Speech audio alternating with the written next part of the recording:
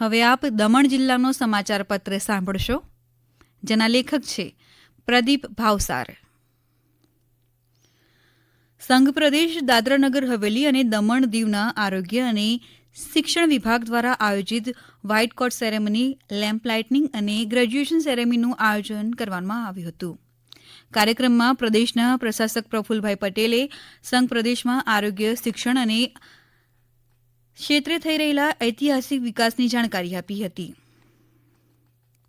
તેમણે વિકસિત ભારતના લક્ષ્યને પૂર્ણ કરવા માટે મેડિકલ એજ્યુકેશન અંતર્ગત અભ્યાસ કરી રહેલા વિદ્યાર્થીઓ આગળ વધી વિકસિત રાષ્ટ્રના નિર્માણ માટે આપનારા યોગદાનની ઝાંખી દર્શાવી હતી. તેમણે નર્સિંગ કોલેજના બાળકોને મુંબઈની પ્રતિષ્ઠિત કોકિલાબેન અને હીરનંદાની હોસ્પિટલમાં મળી રહેલા 100% પ્લેસમેન્ટ બદલ ખુશી વ્યક્ત કરી હતી. ભારત સરકારના યુવા બાબતો અને રમતગમત મંત્રાલય અંતર્ગત નહેરુ યુવા કેન્દ્ર સેલવાસ દ્વારા કરાળ પોલિટેકનિક કોલેજમાં યુવા સંસદનું આયોજન કરવામાં આવ્યું હતું. આ અવસરે એડવોકેટ પારુલ રાજપૂત નારી સશક્તિકરણના મહત્વપૂર્ણ મુદ્દાઓ અંગે જાણકારી આપી હતી. તેમણે યુવા સંસદને સંબોધતા મહિલાઓને પોતાના અધિકારોનો યોગ્ય ઉપયોગ કરવા માટે પ્રેરિત કર્યા હતા અને સમાજમાં તેમની ભૂમિકાને મહત્વપૂર્ણ બનાવી રાખવાની આવશ્યકતા પર ભાર મૂક્યો હતો. એમવી પરમારે યુવાઓને જાડા ધાન્યનું મહત્વ તથા યોગદાન અંગે જાગૃત કરવામાં આવ્યા હતા, જ્યારે સુરેશ ભોયાએ ગરીબ કલ્યાણ યોજનાઓ અંગે જાણકારી આપી હતી.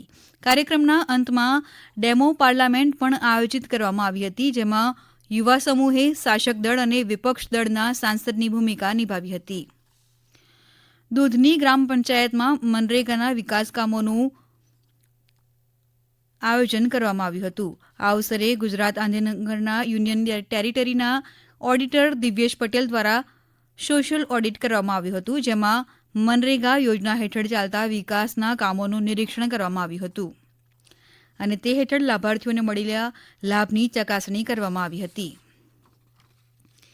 કેન્દ્ર શાસિત પ્રદેશ દાદરાનગર હવેલી અને દમણ દીવ પ્રદેશ ભાજપના પ્રભારી પૂર્ણેશ મોદીએ દમણ દીવ લોકસભા ચૂંટણી કાર્યાલયનું ઔપચારિક ઉદઘાટન કર્યું હતું.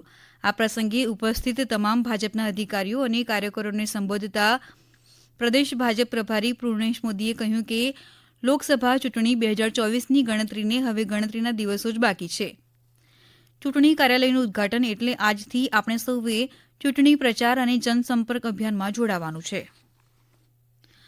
દમણ નગરપાલિકાના ચીફ ઓફિસર સંજમસિંઘે એક આદેશ જારી કર્યો છે, જેમાં જણાવાયું છે કે આર્કિટેક્ટ્સ અને સ્ટ્રક્ચરલ એન્જિનિયરોએ હવે સ્ટ્રક્ચરલ પ્લાન સબમિટ કરવા અને અમલ કરવા માટે દમણ નગરપાલિકામાં પોતાનું રજીસ્ટ્રેશન કરાવવા માટે ફી ચૂકવવાની રહેશે નહીં. તેમણે ધ્યાન દોર્યું કે આયોજન અને વિકાસ સત્તામંડળમાં નોંધાયેલા આર્કિટેક્ટ્સ અને સ્ટ્રક્ચરલ એન્જિનિયરોએ દમણ નગરપાલિકામાં અલગથી નોંધણી કરાવવાની જરૂર નથી અને તેઓ દમણ નગરપાલિકાની હદમાં પ્રેક્ટિસ કરી શકે છે. કેન્દ્ર શાસિત પ્રદેશ દાદરા અને નગર હવેલી અને દમણ અને દીવના માનનીય પ્રશાસક પ્રફુલ પટેલના માર્ગદર્શન હેઠળ દમણમાં ભારતની સંસદ દ્વારા પસાર કરાયેલા 3 નવા ફોજદારી કાયદાઓ અંગે જાગૃતિ કાર્યક્રમનું આયોજન કરવામાં આવ્યું હતું. આ કાર્યક્રમ સ્વામી વિવેકાનંદ ઓડિટોરિયમમાં જિલ્લા વહીવટીતંત્ર, પોલીસ પ્રશાસન અને ગુજરાત નેશનલ લો યુનિવર્સિટીના સંકલનમાં યોજવામાં આવ્યો હતો, જેમાં કેન્દ્ર શાસિત પ્રદેશોના પ્રશાસકના સલાહકાર અમિત સિંગલા, મહાનિરીક્ષક પોલીસ મિલિંદ ડંબરે હાજર રહ્યા હતા. નવા કાયદાનો હેતુ બધાને ન્યાય આપવાનો છે, તેથી તેને ભારતીય ન્યાય સંહિતા નામ આપવામાં આવ્યું છે.